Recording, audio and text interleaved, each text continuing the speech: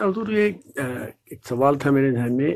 شاہ عبدالعزیز محدث دہلوی رحمۃ اللہ علیہ اپنی تفسیر میں عزیزی میں لکھا کہ جو کاملین ہوتے ہیں ان کی تاثیر اور توجہ 4 قسم کی ہوتی ہے. ایک ہوتی ہے انعکاسی، ایک ہوتی ہے القائی، اور ایک ہوتی ہے اصلاحی، اور ایک ہوتی ہے اتحادی. اتحادی کی مثال انہوں نے نبی اکرم صلی اللہ علیہ وسلم کی پہلی وحی کے وقت جو حضرت جبرائیل علیہ السلام نے ان کو دبوچا تھا، ہاں، کہ وہ روحانی طور پہ. یہ بقیہ جو 3 ہیں اس حوالے سے کچھ ارشاد فرمائیے. انعکاسی، القائی، اصلاحی. انعکاسی جو توجہ ہے وہ ایسے ہوتی ہے کہ جیسے کہ نقش بندیہ خاندان میں ہے ذکر جاری کرنے کا، کل پہ توجہ کرتے ہیں جی، لیکن یہ عارضی ہوتے ہیں. اصلاحی توجہ یہ ہوتی ہے کہ کسی کے قلب کو تبدیل کرنا، برائی کی طرف سے بھلائی کی طرف لانا، کہ ہم ذکر میں بٹھاتے ہیں اور پھر ہم قلب پہ توجہ کریں اس بات کی کہ ان کے قلبوں کی اصلاح ہو جائے، ان کے ظاہری احوال کی اصلاح ہو. ایک یہ اصلاحی توجہ ہے باطنی اعمال کے لیے، کہ ان میں سے خسائل رذیلہ دور ہوں اور ان میں سے اندھیرا دور ہو اور ان میں نور پیدا ہو. تو یہ اصلاحی توجہ کہلاتی ہے. اتحادی توجہ یہ ہوتی ہے کہ اپنے جیسا کر دینا توجہ ڈال کر، جیسے کہ ابراہیم بن ادہم نے اپنے بیٹے پہ ڈالی، حضرت باقی باللہ نقش بندی نے ایک نان بھائی پہ ڈالی. یہ اتحادی توجہ کہلاتی ہے. لیکن یہ ہر آدمی کے لیے بہتر نہیں ہوتی. اصلاحی شیخ کا 3 توجہ رائج ہے، انعکاسی، اصلاحی اور اصلاحی. انعکاسی یہی ہے کہ اپنا ذکر اس میں جاری کرنا، انعکاس یعنی اپنا پرتو یہی ڈالنا اس کے اندر، پرتو اس پہ ڈال دینا. آئی نا سمجھ؟ اصلاحی یہ ہے کہ اس کی گمراہی دور ہو جائے. اور القائی جو ہے وہ القائی یہ ہے کہ کسی کو ہم نے کوئی ہدایت دینی، ہم دور ہیں، اب ہم ہدایت دینا چاہتے ہیں اس کو کسی بات پر، تو وہ توجہ کے ذریعے سے قلب میں بات پیدا کرتا ہے. یہ القائی توجہ. اس کے لیے میاں کوئی وہ ہوتا ہے کہ اتنی مسافت تک جو ہے وہ اس کی نہیں، کوئی نہیں. شیخ عالم برزخ میں اور مرید دنیا میں وہ وہاں سے ڈالے گا. سبحان اللہ، کیا بات، سبحان اللہ. اس میں کوئی قید نہیں ہے.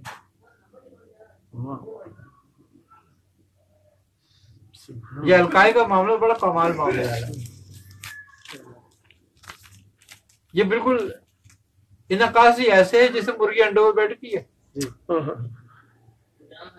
اگر کوئی بھی انڈا اس کے نیچے سے نکال دیا جائے وہ خراب ہو جائے. خراب ہو جائے.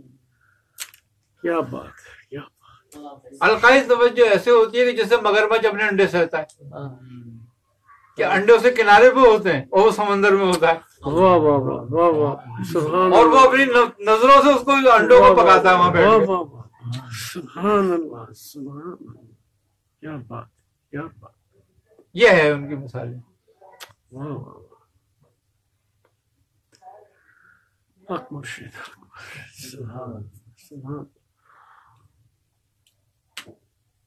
اتحادی جو ہیں شیوخ بہت کم توجہ ڈالتے ہیں، یا تو بالکل ایسا ہوتا ہے کہ بالکل ان کا آخری وقت ہے اور کسی کے لیے حکم ہو گیا کہ اس کو عطا کر دو، وہ نیا آ گیا، اب وہ کسی بھی چیز میں نہیں ہے، نہ اس کو کسی کا پتہ ہے، نہ اس کو کوئی ذکر ہے، نہ اس کو کوئی فکر ہے، نہ کبھی اس کا واسطہ رہا. اب انہوں نے بہت سی وقت اتحادی توجہ ڈال کے اور اس کو عطا کر دینا ہے. اب وہ اتحادی توجہ اس طرح ڈالتے ہیں کہ ابھی اتنی توجہ ڈالی جتنی اس کی قوت ہے اور باقی ریزرو کر دیا کہ جو اس کی قوت بڑھتی جائے گی آٹومیٹک اس پر اس کا القاء ہوتا جائے گا. اب حضرت شیخ ابو سعید ابو الخیر رحمت اللہ علیہ کہ بہت مرید تھے، بہت بڑی خاندان تھی، لیکن جب آپ کا وقت آخر آیا تو کوئی جانشین مقرر نہیں کرا.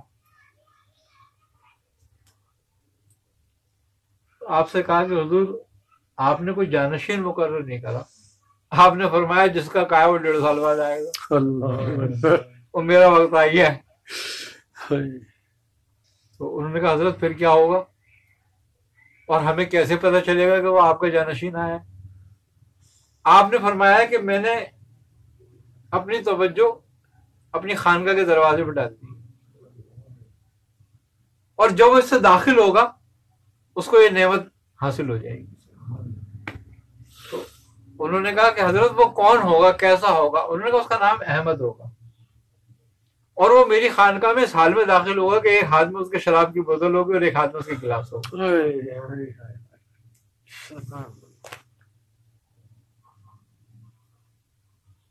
اب 1.5 سال گزر گیا، اس حالت میں کوئی بھی شخص نہیں آیا. 1.5 سال کے بعد ایک شخص آپ کی خانقاہ میں آتا ہے اور داخل ہوتا ہے، اس کے ایک ہاتھ میں شراب کی بوتل ہوتی ہے، ایک ہاتھ میں گلاس ہوتا ہے، اور اس میں ڈالتا ہوا پیتا ہوا آتا ہے. جیسے وہ خانقاہ کے اندر قدم رکھتا ہے ایک دم اس کی حالت تبدیل ہو جاتی ہے، اور وہ خانقاہ میں شیشی توڑتا ہے اور گلاس توڑتا ہے، اور وہیں کھڑا ہو کے کہتا ہے کہ میں نے آج سے توبہ کی. اور ان کا نام تھا احمد جام. جام وہ ان کی شراب کی وجہ سے پڑا تھا، ان کا نام جام، ورنہ احمد نام تھا. اور پھر آپ کو وہ بزرگ حاصل ہوئی، آپ نے فرمایا کہ میرے بعد 70 احمد آئیں گے، اور 70ویں احمد کو میری نعمت ملے گی. اور بزرگ کہتے ہیں وہ 70ویں احمد جو ہیں حضرت مجدد الافسانی ہیں، شیخ احمد سرہندی. حضرت وہ توجہ وہاں مطلب موجود رہے گی، جو ڈال کے گئے. دیکھ لیں آپ اندازہ کر لیں، اللہ اکبر، یہ توجہ اتحادی اتحادی اتنی طاقتور ہے یہ. یہ مرید خود اپنی جد و جہد سے حاصل کرتا ہے یا مرشد ڈالتا ہے؟ دوسری توجہ اصلاحی ہوتی ہے؟ نہیں، وہ تو مرید کی کوشش بھی ہوتی ہے اور پیر کی اپنی نگرانی بھی ہوتی ہے، عطا بھی ہوتی ہے جس کی ضرورت ہوتی ہے. اصل میں بات یہ ہے کہ جیسے کہ مالی ایک باغ لگاتا ہے، اب وہ دیکھتا ہے کون سے پودے کو پانی دینا ہے، کون سے کے جھاڑ اکھاڑنے ہیں، کسی کا کینچی چلانی ہے تو کسی کی چھٹائی کرنی ہے تو کسی کو کاٹ کے باہر پھینک دینا ہے، تو وہ سب کچھ کرتا ہے. مالی کو ذخ نہیں بتا دے کہ کیا کرنا تجھے. یہی مرشد کا حال ہوتا ہے کہ اسے پتا ہے کہ کس کی کیسے صلاح کی جائے گی. اصل میں بات یہ ہے کہ جب سے خانقاہی نظام ختم ہوا نا، جب سے یہ علم مفقود ہو گیا، روحانیت کی تربیت کا، اور جس کا نتیجہ یہ ہوا کہ تربیت جو اصلاحی تربیتیں تھی وہ ختم ہو گئی. اچھا، اب یہ خاص طور پہ ختم کرائی گئی. خانقاہوں کو مدرسوں سے الگ کیا گیا.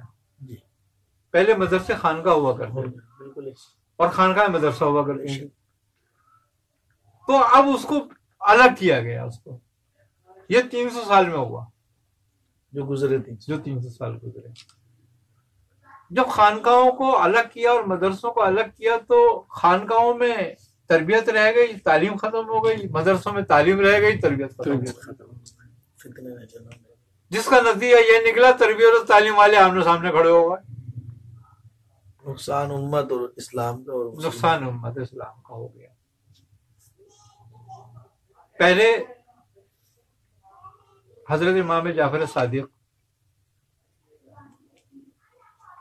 کے شاگرد تھے جابر بن حیان.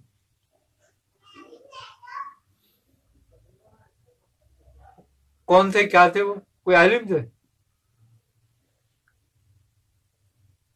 علامہ جابر بن حیان ایک کیمیا گر تھے. تو کس سے سیکھی تھی کیمیا؟ امام صاحب جعفر صادق سے. امام اعظم فقیہ تھے، کس سے سیکھا تھا؟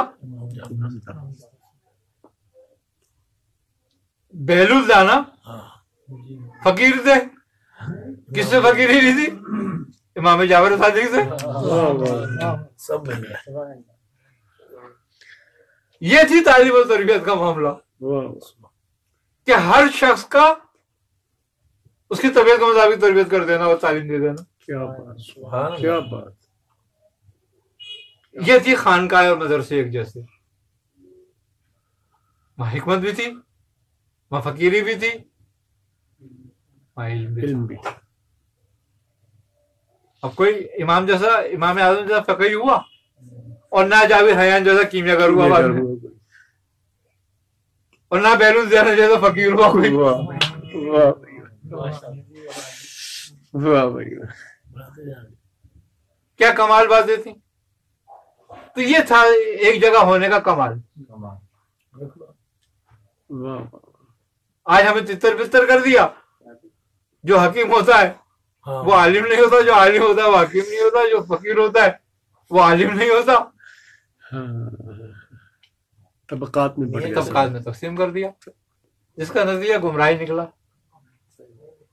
ہم تعلیم لے کر بھی گمراہ ہیں، ہم تربیت کے بعد بھی جاہل ہیں، اور حکمت کے بعد بھی کورے. تو یہ ہمارے ساتھ ایک بڑا ظلم کیا گیا.